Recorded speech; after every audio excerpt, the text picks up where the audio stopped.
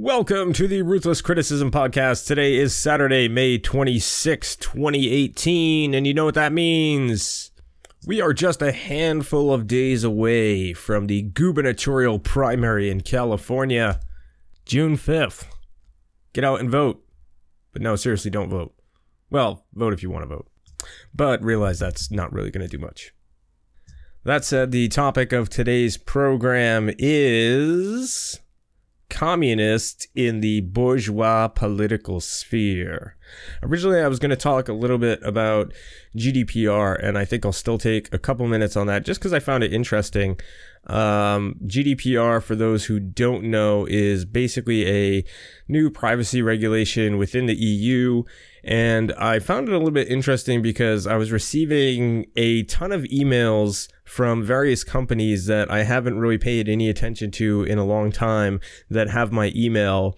And of course, they were all talking about how they updated their privacy policy and how they were protecting consumers and things of this nature. And it struck me as somewhat interesting only because in other spheres of industry outside of tech, the concept that regulation can in some way be positive seems a pretty alien concept. So if you look at like oil and natural gas industry, when it comes to fracking regulations and things like that, they find it very difficult to conceive of regulation as being positive for them. However, within the tech industry, life gives you lemon, make some lemonade, and they sure as hell did. They used it as a marketing opportunity, and working in web development, it's now become a sort of central topic, even though we don't market to the EU, and the vast majority of our clients don't either. But somehow this has become sort of a thing that we're going to do to demonstrate our capacity to help people, transfer over. We have a GDPR light sort of statement that we put out and all this crazy stuff. So it's a little bit interesting just to look at it from the standpoint of regulation and specifically, at least within the tech industry, how it's used contrast to regulation in other industries. So I definitely suggest people do a search for it, and you'll see all kinds of blogs and things like that. I mean, you think about how tech companies blog and basically spread their blogs around as marketing material. So, they take a moment and they write about what they're doing to, face this new regulation and, make it sound like all these great improvements are coming for user privacy. And, of course, it's probably not really the case, but at least they're getting something out of it. So, on to the topic of discussion today, the role of communists in bourgeois politics. This is a topic of conversation that I think is a little bit of clearing of the air. There's certainly a lot of confusion amongst various people that I know as to what my particular stance is. And people who have known me for probably several years at this point will know that I sort of move in and out of the bourgeois electoral sphere with varying degrees of interest and various sort of positions. And there's a good reason for that. And I'm going to state my problem up front. It's my belief that the bourgeois electoral sphere is only capable of producing a certain form of change, and that is primarily reform. So that is to say, I don't believe that it's possible for socialists to sort of take over the government and use the state in this sort of sense that, we're going to pass a bunch of parliamentary reforms or congressional reforms in the case of the United States in order to implement socialism. I don't think that's how socialism comes about, and I don't think that is a possible scenario for any form of social revolution. This is not to say that the state is not a tool which can or will be used by the proletariat once a social revolution has occurred. So, to be very clear, when we talk about, in the sense that Marx talked about, the proletariat wresting control of the state, The distinction here is that they're not doing it through getting elected in mass numbers or something of that nature. This is a wresting of state power that is essentially done through mass action to actually disable and completely make ineffective the bourgeois state apparatus. And once that is complete, it is an actual takeover of the infrastructure of the state by the proletariat to essentially create a new state, right? And that is the dictatorship of the proletariat. So that said, it's kind of interesting to me always when communist or socialist parties take part in bourgeois electoral systems, because they will frequently admit that it is impossible to build socialism via this path, yet for some reason they're still out there saying, elect me as governor, or elect me as senator, or even elect me as president. And there's a certain obvious contradiction there that I think pretty much any person who gives it more than 10 seconds of thought will figure out. If you're saying that the system that you want to create and the system that you want to establish is incapable of being established via this mechanism, then why is it that you're running at all? And the answer that's often given is essentially to provide a critique of the bourgeois electoral candidates or the bourgeois parties and the system as a whole. And while I think this is an acceptable position, what's not clear to me is why you can't do that from within or around the campaigns of bourgeois candidates. Now, historically, there is a case wherein communists and socialists have actively participated in the bourgeois electoral process, including to the extent of being part of bourgeois political parties and constituting a left-wing faction of them or a revolutionary faction of them, which has other motives overall in mind. This is true, obviously, in Marx's time. It's true in the Russian Revolution, and it was true in Germany around the same time as well, with the failed revolution which occurred there. Using the Russian Revolution as an example, though, if we take Osinski's core criticism of where the Bolsheviks had gone wrong, it was essentially in the notion that by wresting state power as a political party, they would somehow stand in this holding pattern for the proletariat. The problem with this, as Osinski pointed out, was that the interest of the party as a workers' party is essentially to raise class antagonisms between the proletariat and the bourgeoisie, as opposed to mediate them. The role of the party within the state is to mediate these antagonisms in order to bring a sense of normalcy and a sense of security from the state function.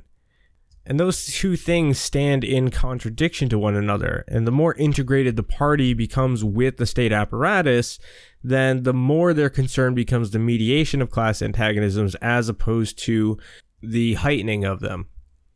The key differentiation to be made here is the difference between seizing the institutions of the bourgeois state versus seizing the infrastructure of the bourgeois state. It is an essential and necessary goal for the proletariat to seize the infrastructure of the state to use for new proletarian institutions, not to repeat the same institutions of the old state, which will necessarily confine itself to the old bourgeois order, including all the legal frameworks that already exist. So if communism cannot be achieved by electing communist governors to all 50 states, then what is the role of communists in bourgeois politics in general? Put as simply as it can be, the role of communists in bourgeois politics is to play a critical participatory role. And what I mean by that is that we need to inject ourselves into the conversations and the political issues that are being raised in order to present a class politic. What this looks like practically is not the use of rhetoric surrounding, which laws or bills we should be supporting and or which laws we should be trying to reform in certain ways, but rather to raise the issue that the proletariat as a class is fully capable of independent political action and independent political institutions. This necessitates that the positions held by communists are never positions to reform this or that bourgeois law, but to establish those alternative proletarian institutions as a replacement for the bourgeois political institutions. A primary example might be in the area of immigration. We see that even among the quote-unquote left candidates like Bernie Sanders or Jill Stein from the Green Party, the conversation is always directed towards a notion of comprehensive immigration reform. It's a question of amnesty for the undocumented immigrants which are already here. It's a question of how we should treat the border, etc. So one of the things that comes up frequently is this issue of sanctuary cities or sanctuary states now, wherein a defense is mounted on the basis that if undocumented immigrants do not have the safety and security of those protections, they will be less likely to interface with the existing institutions in order to solve problems at a local level. So it might be the case that if you're not protected from the police reporting you to ICE, then the concern is that you are not going to report criminal activity to the police. And although this is a valid concern that affects a great number of people, a much more class-oriented argument can be made with respect to the need for local community policing. That is, for the working classes to create their own institutions for community defense and for policing their own communities. These institutions would implicitly operate independent of the bourgeois state and therefore could constitute actual proletarian institutions. The independence of these institutions then serves as a basis on which class antagonisms actually become more acute, as opposed to being blunted by the compromises of the existing legal framework and existing policing institutions. That is to say, were such institutions to be established, they would immediately come under the attack of the bourgeois state. In opposition to these institutions, they would be considered to be operating outside of the existing legal framework, outside of the existing laws, etc. And only with an argument for such institutions does the class antagonism become clear. The degree to which any particular political campaigner, whether they be communist or socialist or whatever, is able to forward this type of argument is the same degree to which they are removed from bourgeois electoral politics. That is to say that as soon as you start talking about these independent solutions, you're far less of a political candidate and far more of an organizer in practice. The difficulty then is, where do communists inject themselves into this debate and discussion?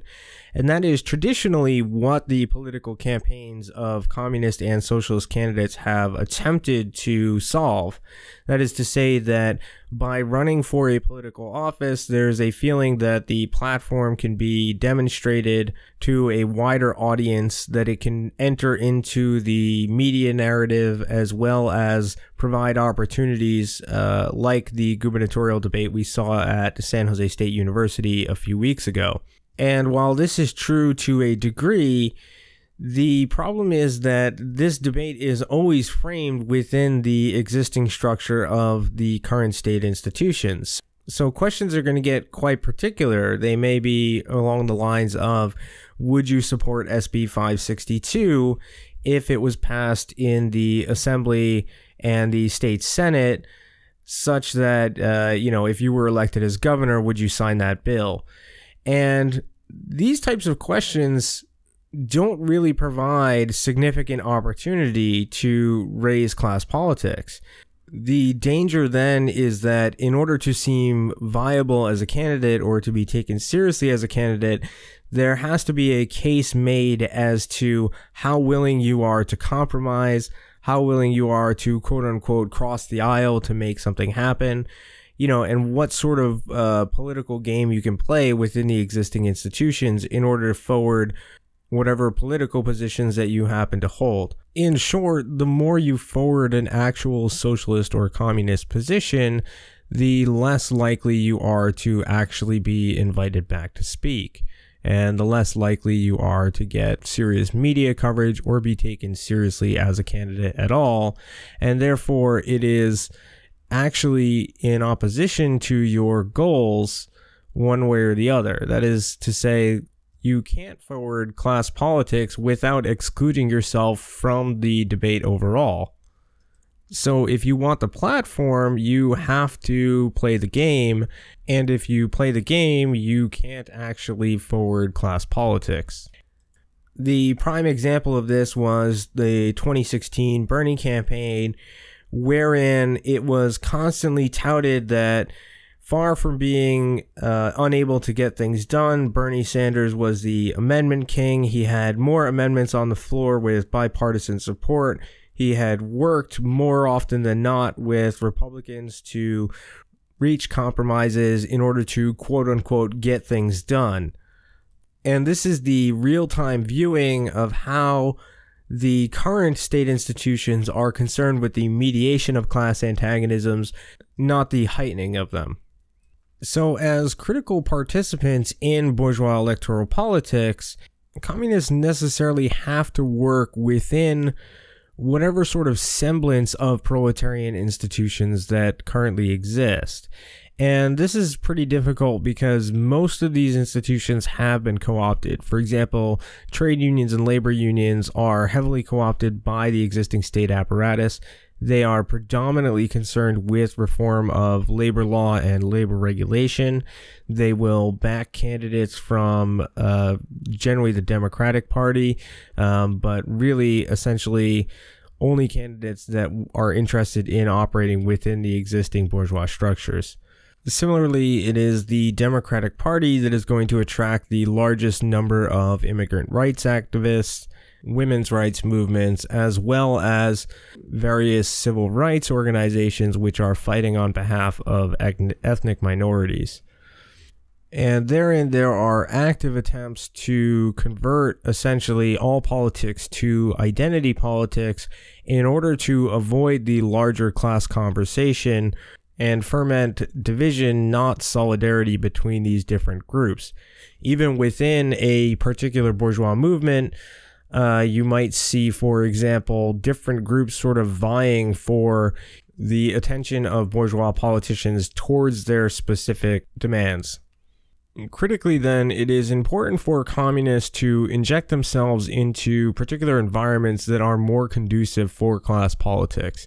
And this does include the left side of the bourgeois electoral political sphere, with candidates like Bernie Sanders. And those types of opportunities do only arise periodically. One key factor in this is, of course, the amount of grassroots reliance that a particular candidate has. So a candidate like Hillary Clinton has a certain infrastructure that is well established and is going to limit the capacity for communists to get involved in that sort of campaign. Whereas someone like Bernie Sanders, who is essentially requiring ad hoc grassroots level organizing in order to run his campaign, offers a greater opportunity for communists to be able to inject with that critical participation. The use of left-leaning campaigns, even if those campaigns are only the left wing of bourgeois politics, enables socialists and communists to forward their positions without spending inordinate amounts of time actually organizing political campaigns, which are self-admittedly not the road to socialism. So with respect to voting itself, I don't particularly fall one way or the other in terms of whether or not communists should promote voting for a particular candidate. To me, the larger question is how they present what that vote means and what it means within the context of class politics. That is to say, if you're going to make an argument that someone should vote for Bernie Sanders, you have to back that up with something it does to actually forward the class position and to, again, heighten the class antagonisms as opposed to mediating them. What is true of a particular political candidate can also be true of legislation. So, for example, in most of my conversations regarding SB 562, it becomes pretty apparent pretty quickly to whoever I'm talking to that I'm not suggesting SB 562 is all we need to fix healthcare in this state.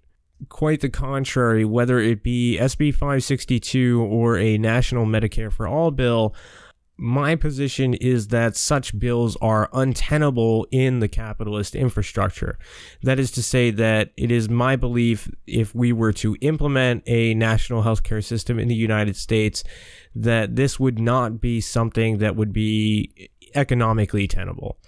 The question then becomes, why would you support such a bill? And the answer to that is pretty simple, is that you believe healthcare should be a right to every individual.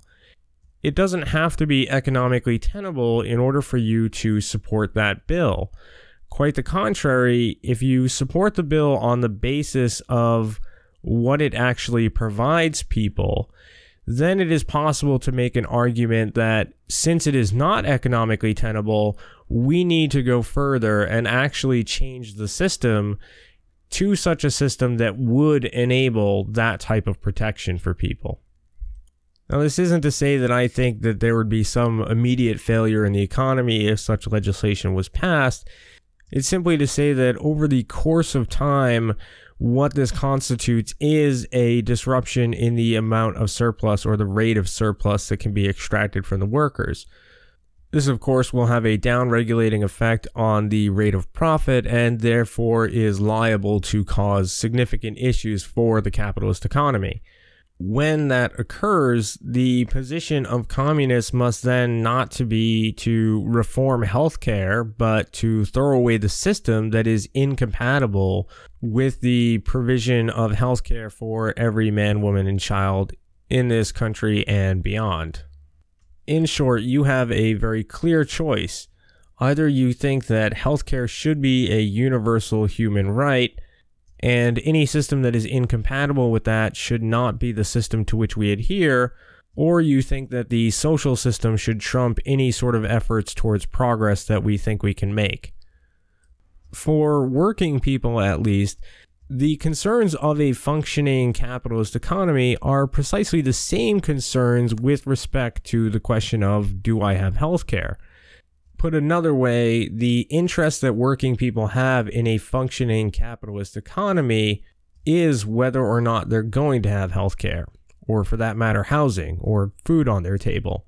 So if it's possible to then demonstrate that the system is incapable of producing that universally for working class people, then it's possible to demonstrate that this system is not working in their interests.